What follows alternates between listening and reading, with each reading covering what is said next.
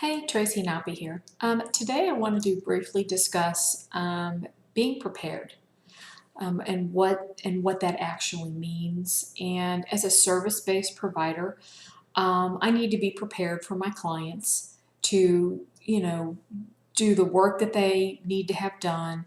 I try to on my elite higher level clients, I certainly, because I'm a more integral part of their team, I try to anticipate issues or problems and kind of, understand and know the whole scope and flow of how the back end of their business works and the other team members involved and who does what. And I'm a very organized person and logical and strategic and planning and all of that sort of thing. And, I'd like to say that it's that way with every single one of my clients, and it's not. I got an email this morning from one of my clients, and it said, "Thank you, as always. You are on top of more than anyone else around here." And there was something that needed to get done, and I got it done and knew what needed to happen and all that kind of stuff. But when I have clients who are on retainer, and I have worked with that client for a while, it's a relationship, just like any other relationship.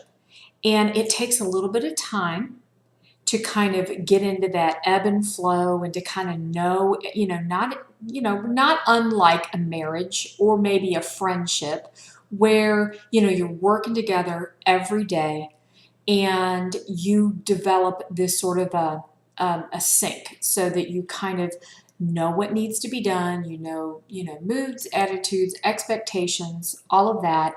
And when a client gives you not just the responsibility for work, but they trust you and give you authority to do what you need to do to get the job done, it is a beautiful thing. I've had clients that have come into my company and they didn't get that.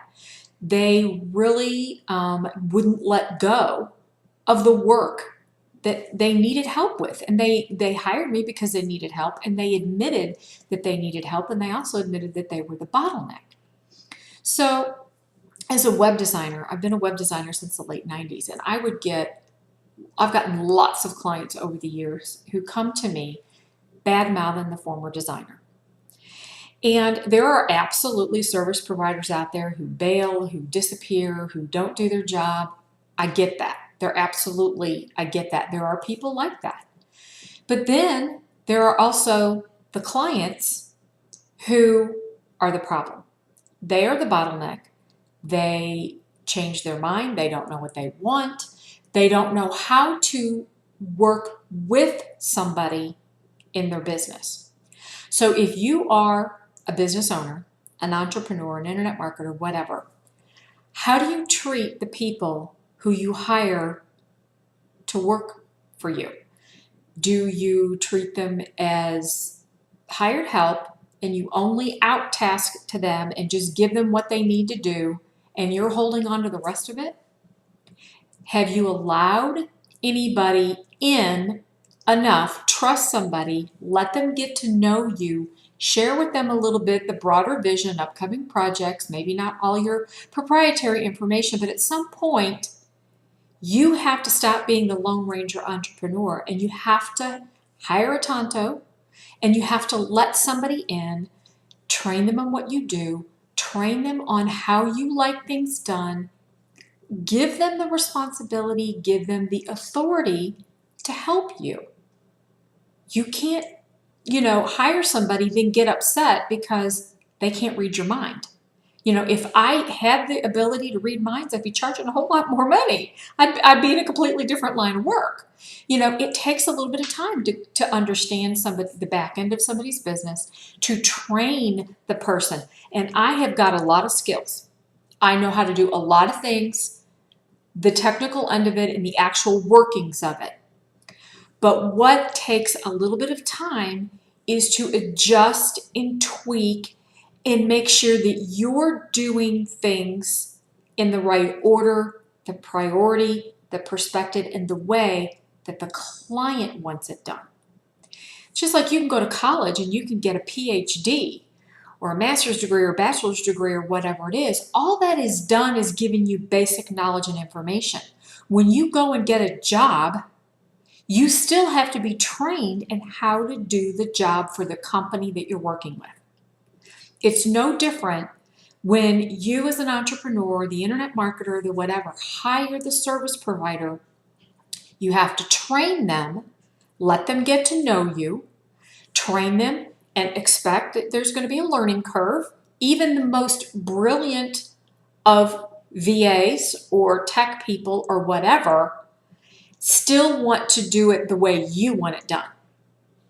Okay, there's going to be organizational systems, project management systems, your operations manual or whatever. Don't dump a 6-inch, 12-inch, foot-high operations manual on somebody.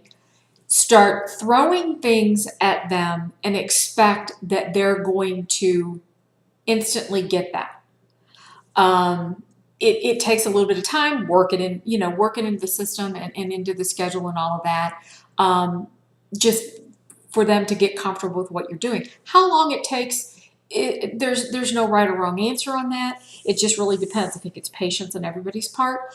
I've actually had clients that were new clients, and they would come to me, and they might be a client for a couple weeks, 2, 3, 4, 5, 6 weeks, and I can already tell at the end of that time that we're not gelling. It's not working. They're not communicating well.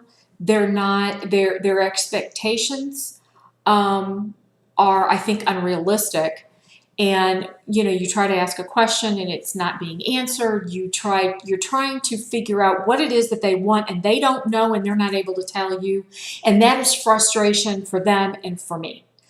And I learned a long time ago that when that happens, I'm willing to hang in there and I'm willing to give it all I've got if the client is willing to do the same. It's a two-way street. I cannot make another client's business just magically run smoothly if they're the ones that are making the final decision and they're not doing the same. Okay, so it's sometimes, absolutely, it's the service provider is just not doing their job. Sometimes it's you, the client, not doing your part. It's a relationship, and it takes a little bit of time to gel. So if you've hired an outsourcer, a VA, a whatever, are you doing it just on a project basis? You're going to get spotty results, and every time you go to do another project, you're going to hit that learning curve again. They've got to, get back in and refamiliarize themselves with what you're doing now. It's so much easier if you're part of a team of people helping to support a client on a daily, ongoing basis, so that you're kind of aware of ebbs and flows and changes in the business model. And so that's what being part of a team is, and that's how I believe, as service-based outsourcing providers, VAs, whatever you want to call it, whatever phrase you use, how we can better serve you as the client. Bring us in, let us be part of the team, and work together with everybody else on your team to help support you. I can get your back and I can be there, but not if you don't let me. And this is true for me. This is true for any other VA or service provider. You have to bring us on and let us be part of your team, even if the team is one-on-one, you and the service provider. You have to communicate. You have to let them know what you like, what you don't like. Give them a little breathing room to give their opinion. If they're the expert and you've hired them because they're the expert, let them share with you their expert insight. Take it or leave it. You obviously have the final to say. But that's utilizing your VA, your outsourcing service provider, whoever you might be hiring, your web designer. Let them be the professional that they are, and let them share their opinion. Bring them on as part of your team. In the long run, you're going to be far more productive if you stick with people, train them well, and let them help you grow your business versus jumping from this person to this person to this person and realizing, you know, I've gone through this many VAs and it's not working out. Well, what's the common denominator? It's you. So, you know, as a service provider, and I tell this to all other VAs, you can only do what you can do. Evaluate your performance, your attitude, your work ethic, what you're doing. And if you've done the very best job that you can do and the client is still not happy, don't automatically assume that it's you.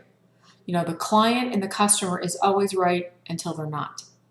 Okay, they're people too. And, you know, I absolutely go with that. You know, it's like if I'm hired to do a job, I'm going to do my best job. But if I see that it's not working, the client's not being cooperative, they're not being understanding, they're not willing to communicate, then it's time to let the client go and somebody else might be a better fit for them. So just some thoughts if you are a VA or an outsourcing service provider of any sort. Evaluate what you're doing and try to be the best that you can to be there to support your clients and help them grow their business and in the daily running of their business. If you are somebody who hires outsourcers and you're running a company, evaluate how you're treating your outsourcers and your VAs. Are you valuing their professionalism and their expertise in what they do? Or are you just not being a willing participant in the running of your own business and just expecting or assuming that it all just magically happens, and when things don't turn out the way you wanted them to, you need to look at whose fault that really is. Were you giving clear and concise instructions and directions? Were you available to be able to communicate? It really is a two-way street. It's just like a marriage. There's no, it's all one person or another person's fault. You know, equal responsibility helps grow businesses, not pointing fingers and laying blame. You know, and if it's not working, time to move on. So, hope that helps you. Have a great day, and I will talk to you soon.